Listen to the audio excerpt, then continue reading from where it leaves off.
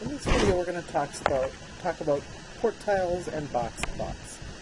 So Q1 denotes the first quartile, and 25% of the data values are less than that, and 75% of the data values are bigger than that. So Q1 is the same thing as the piece of 25 that we were looking at in the last video about percentiles. Q2 is exactly the same as your median, and that's denoted as piece of 50. So half of the data values are smaller and half of the data values are larger. Q3 is the same as piece of 75, and so 75% of the data are smaller, 25% are larger, and this is again the piece of 75 percentile value that we were talking about before. There's something called the 5-number summary for the box plot. The minimum, the first quartile, the second quartile, or the median. Remember, that's the same thing. The third quartile and the maximum. And so really what these quartiles are doing is just chunking up your data into 4 equal sets of data.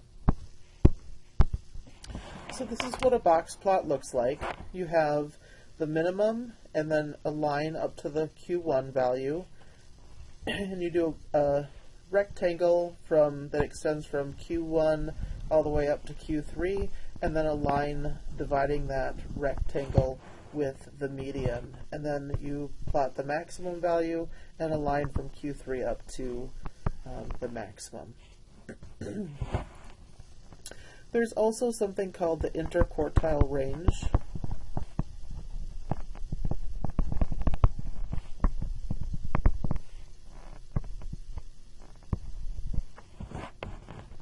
And they oftentimes will just denote that IQR.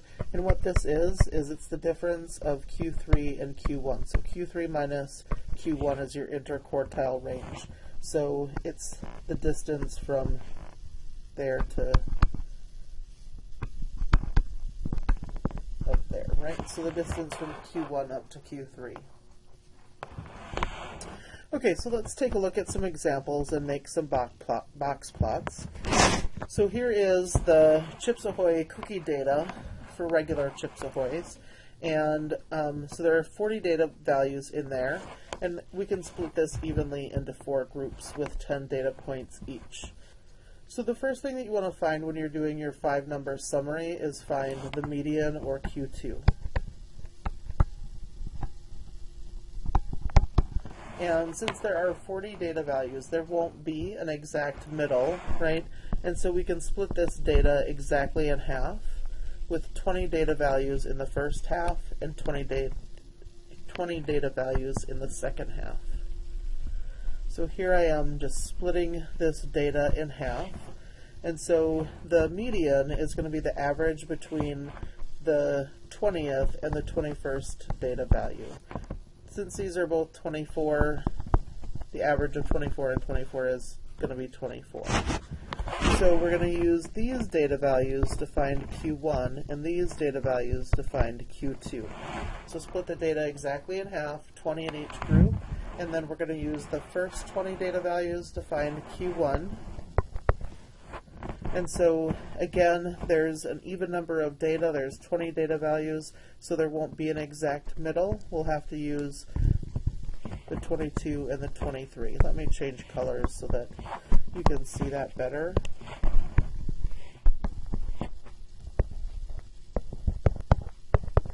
And so the average between 22 and 23 is 22.5. And then we want to find Q3, and Q3 we're going to use this second half of the data for. I had it labeled wrong anyways. Okay, so Q3, again, there are 20 data values here. We're going to have to use the 10th data value amongst these 20 and the 11th, that average. And so they're the same, 26 and 26. So the average of 26 and 26 is 26. And now we want the minimum and the maximum. The minimum is 19 and the max is 30.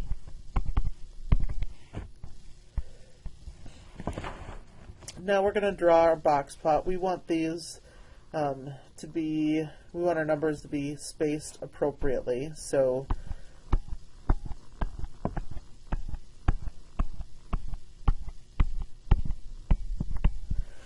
I'm not doing this exact, of course, but my tick marks are fairly evenly spread out.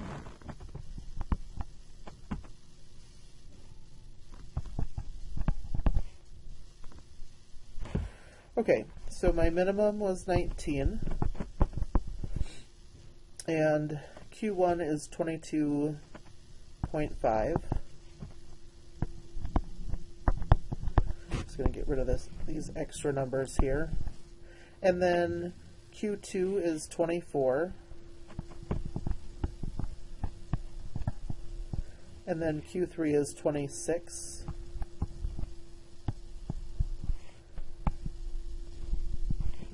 So I always do a dot at my minimum and my maximum, and so here we have our line from the minimum up to Q1, and then there's a box around from Q1 up to Q3 with a line at Q2.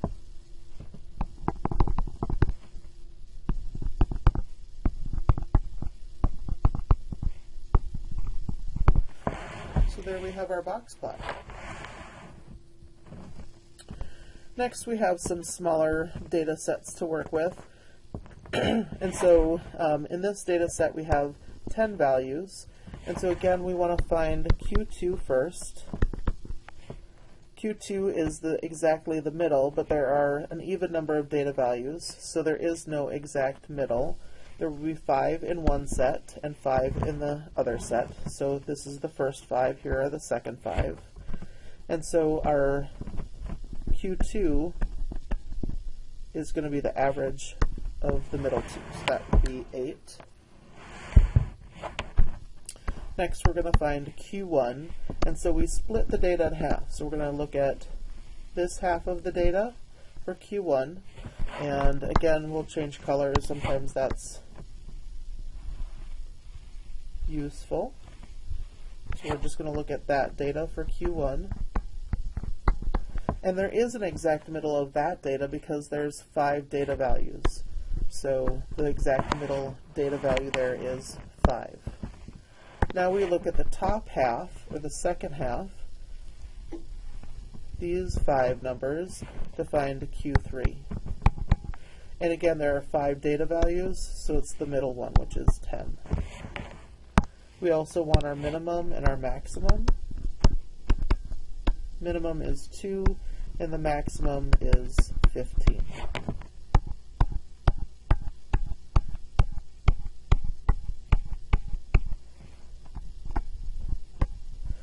So the minimum is at 2, and then Q1 is 4, and Q2 is 8,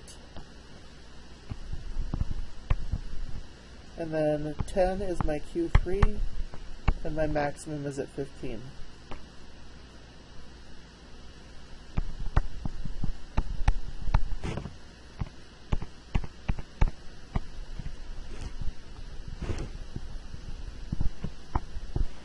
And so there's the box plot for that data set. So when you're looking at these, so the bigger the area, the more spread out the data is in that area, right? Because there's the same number of data points in this rectangle as there are in this rectangle. So if you could imagine thinking about people being in the room, there's the same number of people in each of these rooms, and so the people in the smaller room are going to be more crowded or more close together compared to the people that are in the larger room, where they can be more spread out. So 2 more. Both of these have odd numbers of data in them. And so again, the process is the same, but now we won't be able to exactly split our data sets in half because there's an odd number of data there. So how do you handle that when you're doing a box plot? So again, we're going to start out by finding the median, which is our Q2 value. And because there are an odd number of data values, there is a middle data value. So there are 11 data values there. Divide that by 2. It gives you 5.5. always round this up to 6. And so the 6th data value is our Q2 or our median. And now if we just don't think about that one, now we have 5 in the upper half and 5 in the lower half. And so that's how we're going to do it. So just ignore Q2 when you're finding Q1 and Q3. And we can do colors again. I think that that's a helpful visual. So Q1 would be the middle data value. Out of 5 of them, that's going to be the 3rd data value, and so that would be 3.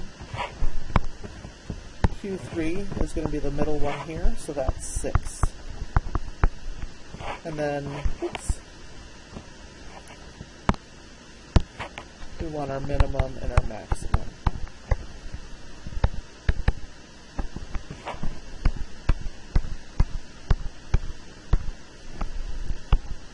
So our minimum is 1, Q1 is at 2, Q2 is at 3, Q3 is at 6, and our maximum is at 7. So there would be our box plot for that data. And so again, there's more data in the between 2 and 3 than there is from 3 to 6, right? Well, the same number of data, they're just more squished in between 2 and 3. And one more. So this data set has 13 data values. So 13 divided by 2 gives us 6.5. And so the 7th data value will be the middle one. And so here we have Q2. And now we want to use these numbers to find Q1. And now here there are 6 data values, so there's no middle data value. So we do the average of the middle 2. So Q1 is going to be 2 plus 3 divided by 2, which is 2.5. And then Q3, same thing is going to happen. We have 6 data values here. And so it's going to be the average of the middle 2.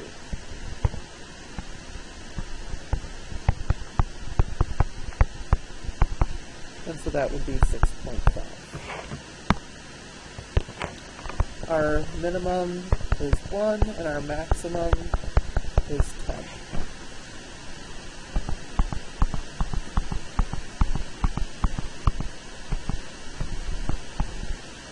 So 1 is our minimum, Q2 is 2.5, Q2 is 4, Q3 is 6.5, and our maximum is 10.